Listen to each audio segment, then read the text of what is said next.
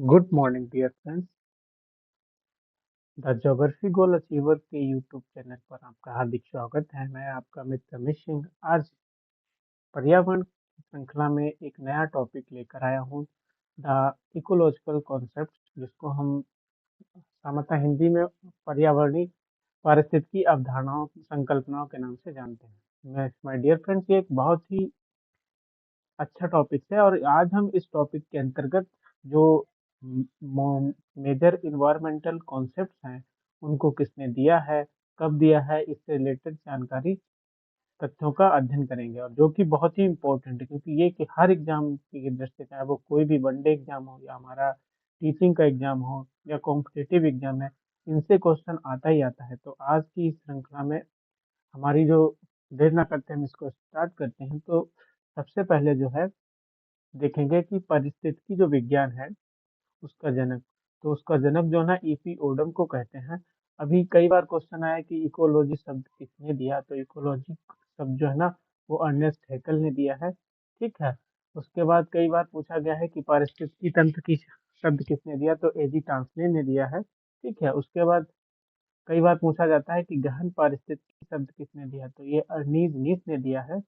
और पारिस्थितिकी निके की संकल्पना किसकी है, तो ये किसने पारिस्थितिकी निके की संकल्पना जो है वो ग्रीनेल्स की है। उन्होंने 1917 में ये सब ये कॉन्सेप्ट दिया था। और उसके बाद एक पॉइंट कई बार पूछा गया है कि जो पारिस्थितिकी पदचाप है उसको मापने की इकाई क्या है, तो उसको मापने की इकाई भूमंडलीय हेक्टेयर है। और तीसरा है धारणीय या स्थायी विकास की अवधारणा।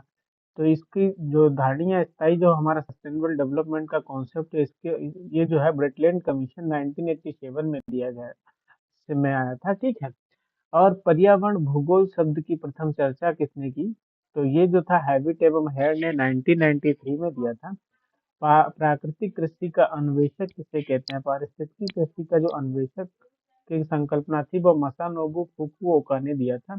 हॉटस्पॉट की संकल्पना किसकी है, ये नॉर्मन मेयर की है। जैव विविधता शब्द का सर्वप्रथम प्रयोग किसने किया, यह वाल्टर जी रोसेन ने 1986 में दिया था।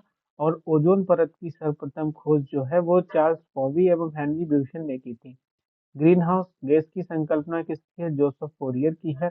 बायोस्फीयर रिजर्व शब्द किसने दिया, ये एडवर्ड स्विस ने दिया है। और जैव विविधता जो शब्द है की संकल्पना है वो वॉल्टर जी रोशन की है। और बायोडायवर्सिटी जो शब्द है वो रेमंड एफ डासमैन ने दिया है। इसी प्रकार पारिस्थितिकी पिरामिड की जो संकल्पना है वह किसकी है, एल्टन की है। और एक शब्द जिसको कई बार पूछा गया है कि वैश्विक मंदन शब्द किसने दिया है, तो ये जो है वो जेराल्ड स्टोन हिल ने दिया है। और भारतीय पारिस्थितिकी के जनक किसे कहते हैं, तो भारतीय पारिस्थितिकी के जो जनक हैं वो प्रोफेसर आर मिश्रा को कहते हैं। अब हमारा जो अगला टॉपिक है जिससे बहुत ज्यादा क्वेश्चंस पूछे जाते हैं, ओजोन परत। ओजोन परत का का जो यहाँ पर हम इन्वायरमेंट से रिलेटेड जो जितने भी इससे रिलेटेड फैक्ट हैं, तथ्य हैं, ये जिनको कई एग्जाम में पूछा गया है उनसे रिलेटेड ही अध्ययन करेंगे, ना कि इसका मतलब हम क्लाइमेटोलॉजिकली दृष्टि से स्टडी करेंगे। तो ओजोन क्या होता है, ओजोन बेसिकली जिसको हम O3 के नाम से कहते हैं, ये क्या होता है, ऑक्सीजन के 3 अणुओं से मिलकर बना होता है, O2+O। ठीक है। और अगर इन्वायरमेंटली देखा जाए तो यह ऊपरी वायुमंडल और जमीनी स्तर दोनों में पाई जाती है। ठीक है।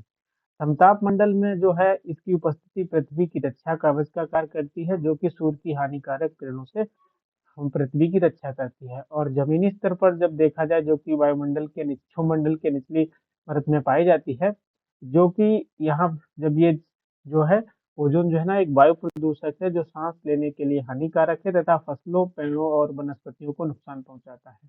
तो ये एक डायग्राम है, जैसा कि देख सकते हैं कि अगर हमारा स्ट्रेटोस्फीयर है, समताप मंडल, वहां पर ओजोन जो है क्या करती है कि सूर्य से आने वाली परावैंगनी किरणों को रोकती है। ठीक है।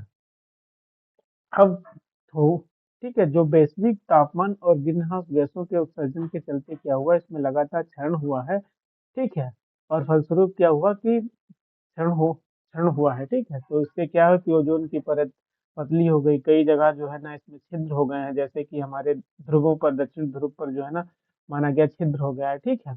तो अब इसको बचाने की, क्योंकि ये इतना महत्वपूर्ण है ऊपरी स्तर पर, तो इसको बचाने के लिए कई प्रयास किए गए। तो अगर इन ओजोन परत के संरक्षण की बात की है तो इसमें एक बहुत ही इम्पोर्टेंट प्रोटोकॉल है, मॉन्ट्रियल प्रोटोकॉल, जो कि 1987 में हुआ था। ठीक है। अब इसके तहत क्या किया गया कि भाई पर्यावरण की संरक्षण को और इसकी जागरूकता के लिए हम क्या करते हैं कि हर साल 16 सितंबर को ओजोन दिवस के रूप में मनाते हैं, ओजोन डे के रूप में मनाते हैं। ठीक है। अब कई बार पूछा जाता है क्वेश्चन कि ओजोन की जो है वो ओजोन को की मापन इकाई क्या है, तो इसकी मापन इकाई डी डॉप्सन है, और ओजोन परत का जो क्षरण है वो सर्वाधिक सीएफसी क्लोरोफ्लोरोकार्बन द्वारा होता है। हालांकि इसके अलावा अन्य भी जो ग्रीन हाउसेस गैसेज हैं वो इसके लिए उत्तरदायी हैं। अब ओजोन छिद्र जो है, लोग कहते हैं कि जो हमारा दक्षिण ध्रुव है, जिसको हम अंटार्कटिका के नाम से जानते हैं, अंटार्कटिका महाद्वीप कहते हैं। ठीक है। वहां पर क्या है, एक ओजोन छिद्र हो गया, जिसकी खोज सर्वप्रथम जो थी ना ब्रिटिश टीम द्वारा 1885 में की गई थी। अब जो परावैंगनी किरणें हैं, जब ये छिद्र हो गई और वहां से जब छिद्रों से डायरेक्टली अगर आ रही हैं, तो इससे इसका प्रभाव क्या होगा, इससे क्या होगा, जो अगर ह्यूमन इफेक्ट देखा जाए तो उसमें त्वचा कैंसर हो सकता है, जीन उत्परिवर्तन हो सकता है, और मोतियाबिंद जैसे जो है ना रोग होंगे। ठीक है। अब कई बार पूछा गया यहाँ से कि ओजोन छिद्र के अंटार्कटिका पर होने के कारण क्या है, तो उसके जो प्रमुख कारण हैं वो निम्न है। इसमें वायु परिसंचरण प्रणाली है हमारी, क्लोरीन परिकल्पना है हमारी, समताप मंडली मैंग परिकल्पना है, सौर कलंक का प्रभाव है, और ध्रुवीय वाताग्र है। ठीक है। तो अभी ने अंतरराष्ट्रीय स्तर पर ओजोन के क्षरण की समस्या से निपटने के लिए कई सारे सम्मेलन हुए, जिनके द्वारा जागरूकता बढ़ाई गई। तो ये सम्मेलन का एग्जैक्ट डेट कभी कभी पूछ लेता है, या कई बार मैचिंग में इससे रिलेटेड क्वेश्चन पूछे जाते हैं। तो इनका जो प्रमुख सम्मेलन है वो है, एक तो हुआ वियना कॉन्फ्रेंस जिसे कहते हैं, ये हमारा 1985 में हुआ। उसके बाद मॉन्ट्रियल प्रोटोकॉल हुआ, जिसमें मतलब ओजोन क्षरण से संबंधित जो है ना सुरक्षा के लिए मतलब एक प्रोटोकॉल बनाया गया, 1987 में हुआ। उसके बाद हमारा हेलेंसिकी कॉन्फ्रेंस हुआ जो 1989 में हुआ, और लंदन 1989 में लंदन कॉन्फ्रेंस हुआ। ठीक है। तो ये जो है आज का हमारा टॉपिक था, जिसको आप लोगों ने सुना। अगर हमारा ये वीडियो आपको अच्छा लगा हो तो kindly share and subscribe. Thank you, have a good time.